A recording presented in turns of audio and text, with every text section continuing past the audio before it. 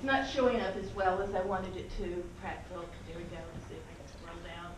But in the history section, a bit of the early history, but the part that is pertinent to the bicentennial is down here, events, places, and places of interest. This is the part where we would really like for people to give us feedback. If there's an annual festival that we don't have listed in here, let us know, and we'll add it to the site. Oh, it's showing. What you're seeing there is not showing up on my screen. Yes, it is. Okay, there we go. And also, if you up here at the top, we have links to external sites. And so, if say you decide as a community you want to create a Prattville Bicentennial activity, we can put a link to your web page, your site for that. But what is the Encyclopedia of Alabama? It is, as Jay said, is a free online resource on all things Alabama. It was started in 2001, 2002 as a project of the Alabama Humanities Foundation and the University of Alabama Press. At that point, the most recent publication that compiled a lot of Alabama history was published in 1921. It was outdated. Everything's always outdated by the time it's published, but it also excluded a whole lot of significant pieces of Alabama history up to that point. And of course, there's many things that have happened since then. This photo is of Governor Charles Henderson circa 1918, which is about the time of World War I, which is also a centennial coming up that you can include as part of your bicentennial celebration.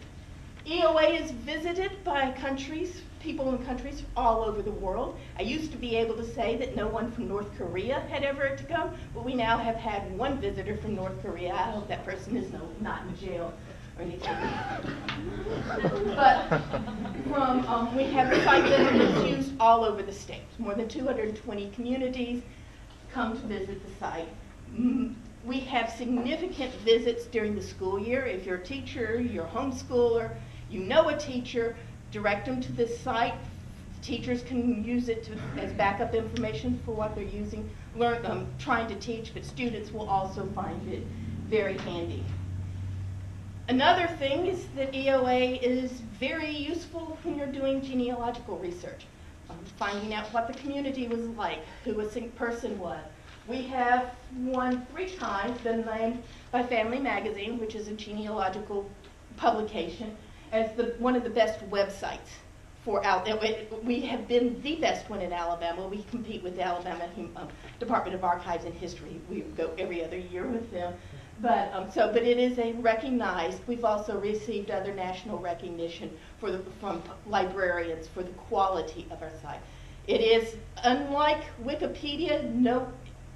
Not anyone can just go in and edit it. We have editors. We have people who do fact checking. And we will make a change if there's an error or something has changed, but it is done through the editors. So that gives us a credibility in the classroom that a lot of teachers are looking for when they're teaching their students how to look for a credible site.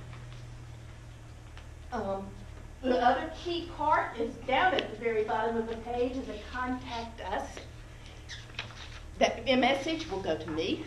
And if you say, we'd like to add this event, or here's a person from our community that you may not know about,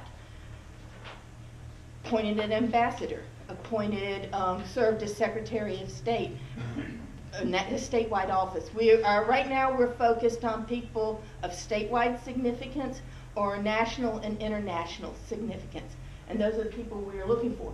Just because it's not in the Encyclopedia of Alabama doesn't mean we don't want it there. It could be we haven't found someone to write the article, or it could be we didn't know about it, despite the fact that we had a lot of historians helping us identify our content. We have a list of about 1,500 entries that we're still looking for authors on. So that would be the other thing. If you are knowledgeable in an area and would like to help write content for EOA, use that content button. Let's see if I can go back to just to show you the Prattville. Where did it go? Or is it right there? There we go. It's the other Explorer. So we have the article in Prattville. We have the Autauga County. We have an article in Daniel Pratt, who will feature significantly in Alabama's bicentennial activities because he's one of the major industrialists of the time. There is an article on Sidney Lanier, who played the organ at the Presbyterian Church here in Prattville for a while, and Wilson Pickett, Eugene Allen Smith. Just, it's there. So I recommend to you, I don't want to take up any more of your time, you have a bookmark that says, go visit the Encyclopedia of Alabama and look up what interests you. And if you're bored and don't know what to do, I recommend going and looking up the Lane Cake article. It is created by a woman from Alabama. Did y'all already talk about Lane Cake? So, yeah, look it up. I just want to take 1 minute to tell you about yourselves and then ask Teresa to come up. Just in a little looking around on Encyclopedia of Alabama and on the website, I learned that Autauga County is, it's going to be 200 years, a year before the state will become 200. So 1818 is when Autauga County was formed. Pratt came here in 1868. The sesquicentennial of that founding, or no, I'm sorry, that's when you became a county seat, when Prattville became a county seat. So you're about to celebrate the sesquicentennial of being a county seat here, which is a huge thing. And was very important in our history. Pratt is enormously important, and I wish that Ann Boutwell could have been with us. She is entertaining 6 grandchildren, and they needed her. So anyway, she would tell you, as I'm sure most of you already know, that this is a really extraordinary site in history, not just, again, in Prattville history or in Alabama history, but in national and international history. There is no place in the world like the Pratt gin and area here. So your efforts to save that and to ensure that it will be available to have a life beyond and far into the future and people to learn about it is really, really important, and I hope we can feature that. The other things that you do such a beautiful job in other communities, we'll learn from this, talking about your assets. One of the things I learned about was the see,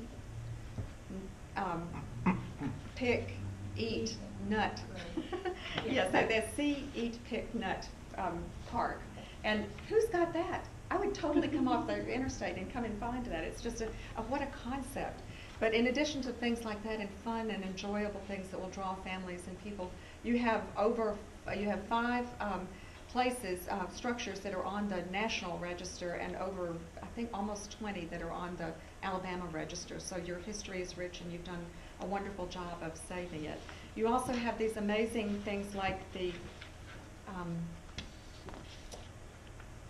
canebrake pitch plant, which you may be familiar with too, but because of the Nature Conservancy, this is one of 2 areas in the entire world where this pitch plant exists. And so this has been preserved and it'll be available into the future for future generations to learn about and to study. So that kind of stewardship, that kind of forward thinking, this is just a wonderful place with many resources. And I think Teresa's going to talk about what sort of, maybe in mind or maybe the next steps for getting some things in mind. Hi, there's a few of you in the room I don't know. So for those that don't know me, I'm Teresa Lee. I'm Mayor Gillespie's executive assistant, and thanks to Jay, I've been allowed to participate on the local events committee for the bicentennial. Prattville projects. It's actually really Autauga Prattville. As Jay said, Autauga County will be 200 years old in November of 1818. That's a huge, big deal. It's very important that Autauga County be involved, that Pratt will be involved, but a number of you represent civic organizations, Prattville Downtown Unlimited, HPRA. I don't think the library made it, but the Heritage Association, everyone is important to this process. I know that the Heritage Association is a little bit ahead of us. They've been brainstorming. They've got some ideas. We need everybody's ideas and we need everybody's help. It's going to take a sizable group of folks to do this right. My schedule is on the 28th of April We have a tri-governmental meeting that will put the Board of Education, city and county officials in one room, and I will make sure they're all briefed. The following week, the LPGA will be in town, and as soon as they leave town, then we will have our first committee meeting. If you didn't sign in the lobby, please make sure that you do, so that we can contact you and get you all back to help us. We need your efforts, your ideas, thoughts, everything.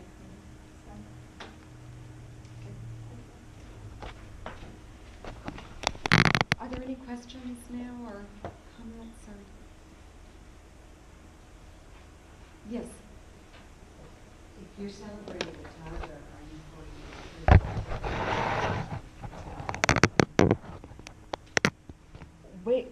I think y'all will be deciding how you want to do what you want to do. There will be something in every county in the state, and we will make sure that there's something to celebrate and commemorate. One of our projects will be a passport program that families and children can take, and visitors to the state as well will be able to take and have stamped at locations throughout the state. They will be tied to the themes of each year, so place and people and then stories. And so we will look to you to say, what are the places that you would like people to visit in this town and county and Elmore, and and there are different ways to you can look at recreation, you can look at history, out of doors, museums. So we'll be coming back to you to talk about that, and so I hope everybody is represented. If that. And I hope you'll join us